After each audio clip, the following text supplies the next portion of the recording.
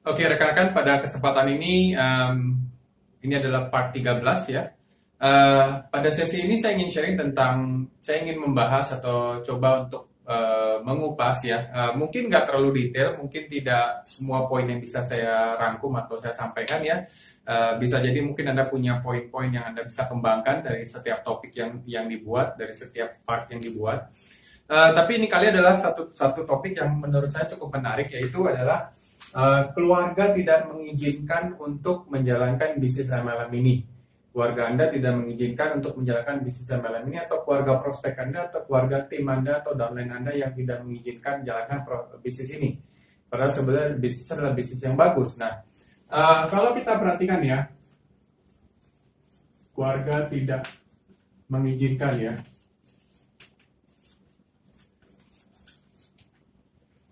Ini satu topik yang menurut saya sangat bagus ya, sangat bagus untuk dibahas ya. Mungkin ada beberapa poin yang kita bisa coba untuk katakanlah kita kupas ya sedikit. Mungkin pertama adalah pengalaman ya, pengalaman buruk pribadi ya. Bisa juga yang kedua mungkin katakanlah mendengar gosip ya, mendengar gosip dari orang lain ya. Ini paling sering ya.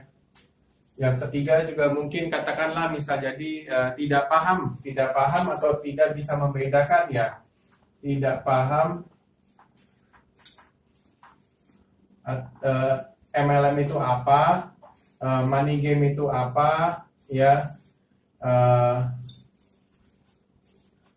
Tidak mengerti lah, tidak bisa membedakan ya.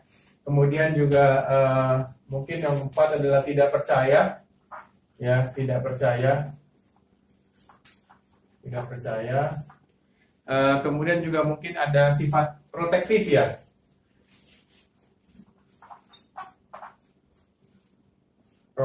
protektif dari keluarga ya. Bisa juga keluarga itu berusaha untuk protek ya, betul ya.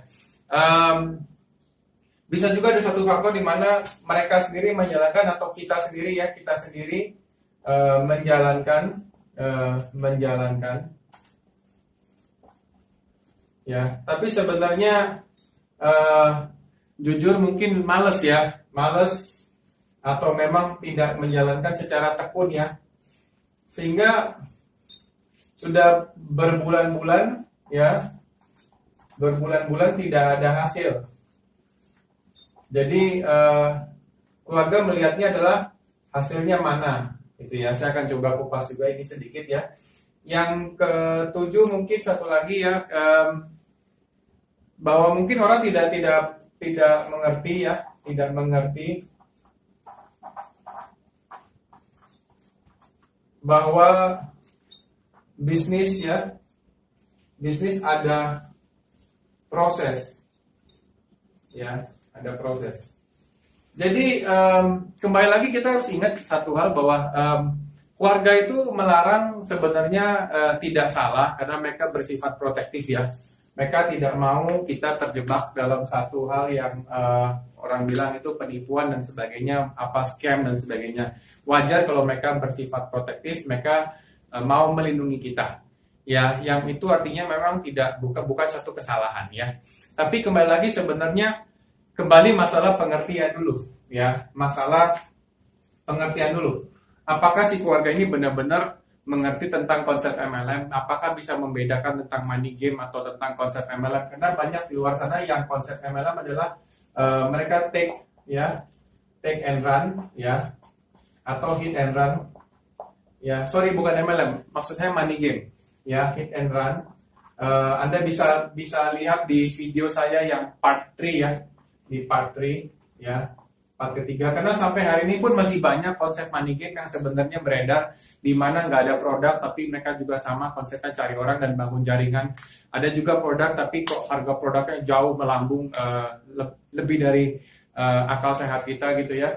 Itu kita bisa lihat sebenarnya jelas sekali sebenarnya kalau kita peka ya.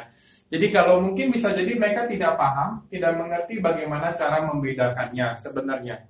Tapi kalau kita bicara real MLM, harusnya mereka mengerti dan mereka mau terbuka pikirannya. Nah, kembali lagi sebenarnya kita bicara masalah konsep ini, konsep ESBI, ya, ESBI.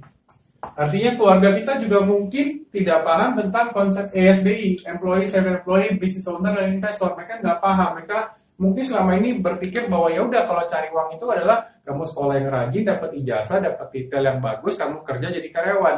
Jadi berpikir adalah mengarahkan selalu kepada karyawan untuk mendapat upah. Jadi orang gajian istilahnya.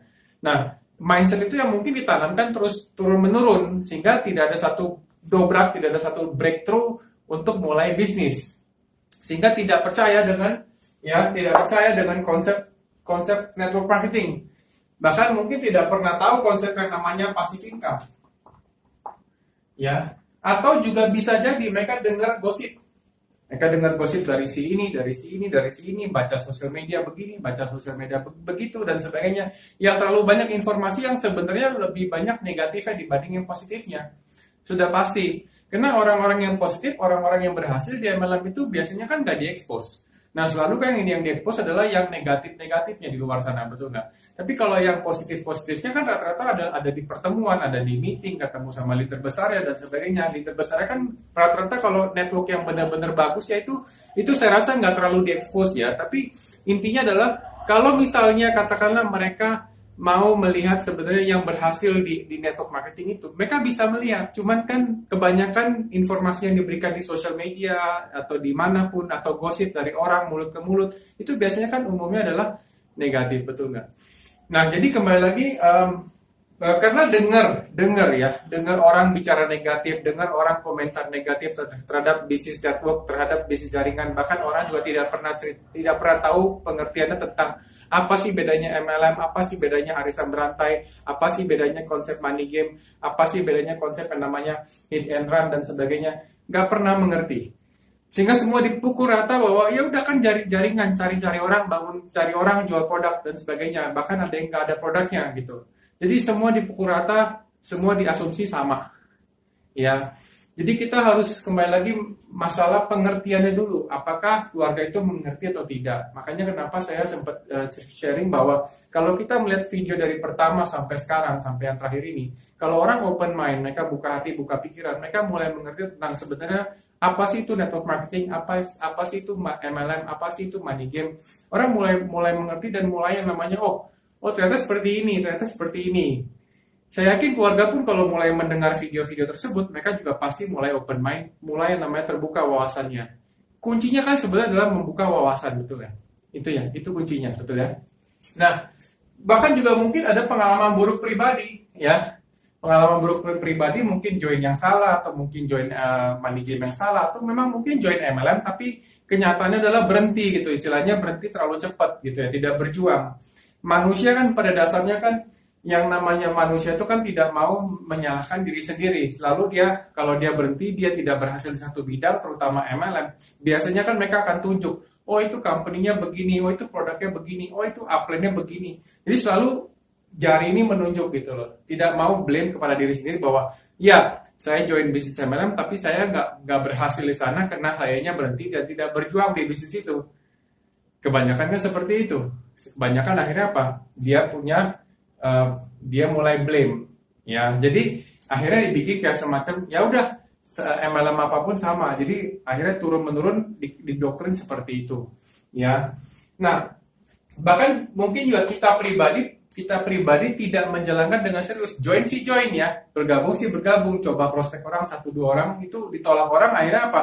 Akhirnya kitanya down. Tapi kita coba jalanin 2-3 bulan itu sebenarnya kita nggak jalanin dengan serius, nggak all out gitu ya.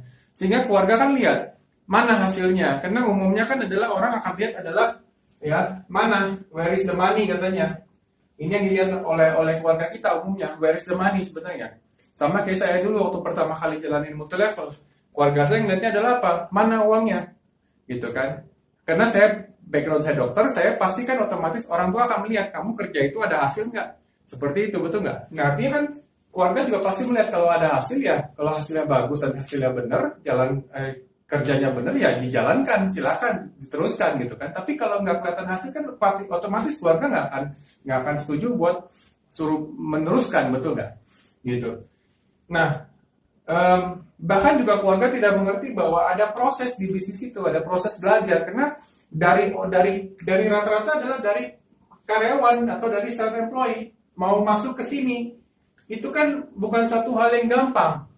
Harus berubah mindsetnya, harus tahu tentang bisnis, harus belajar menghadapi orang, harus belajar untuk bagaimana menghadapi si A, si B, si C dan seterusnya. Jadi people skill-nya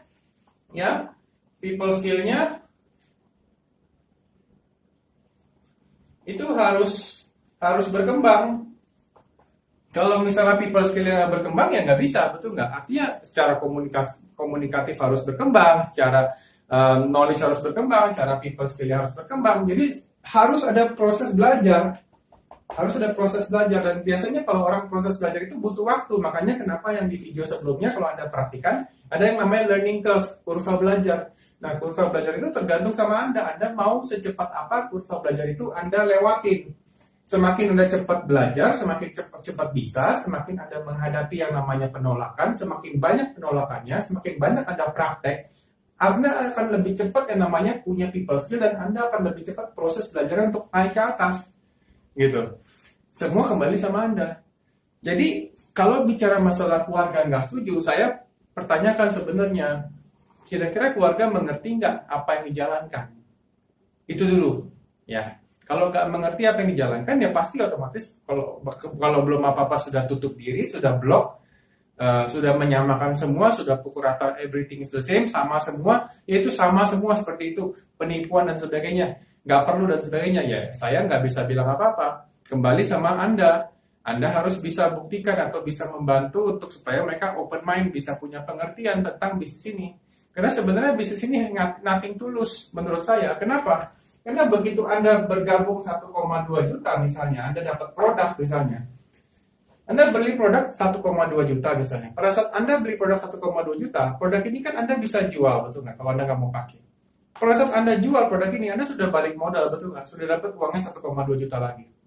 Nah, artinya apa? Anda kan udah nggak rugi apa-apa. Nothing tulus, betul nggak? Untuk join, betul nggak? Kenapa mesti terlalu banyak berpikir secara logika? Kadang-kadang itu yang saya bisa bilang, kadang-kadang too much thinking, akhirnya nggak berjalan kemana-mana. Karena terlalu banyak mikir. Ya, jadi sebenarnya nothing tulus. Tinggal apa? Tinggal kalau memang produknya sudah dijual atau memang nggak mau dipakai, dijual sama orang misalnya. Tapi kan hak usahanya masih ada. Kalau saya jalankan hak usahanya, saya masih bisa dapat komisi, masih bisa dapat bonus. Berarti artinya apa? Saya kan tinggal untung, betul nggak? Nah, sesimpel itu. Cuman ya, kebanyakan dibikin complicated, dibikin rumit. Kenapa? Karena terlalu banyak mikir. Terlalu banyak dengar gosip. Dan rata-rata gosip adalah negatif. Ya. Jadi kembali lagi masalah pengertian. Masalah pengertian. Menurut saya masalah pengertian. Harus benar-benar mengerti apa yang dijalankan. Ya, harus itu kembali lagi masalah open mind sama open heart. Harus buka hati, buka pikiran, mau mendengar, mau belajar sesuatu yang baru. Ya, kalau kita siap untuk belajar sesuatu yang baru, pasti kita bisa menerima dengan baik kalau kita bisa buka hati, buka pikiran. Ya. Nah, untuk sesi berikutnya saya akan bahas tentang beberapa orang yang katakan bahwa saya trauma di multi-level. Ya, saya trauma di multi-level. Saya akan bahas tentang topik itu. Sampai jumpa di sesi berikutnya. Thank you.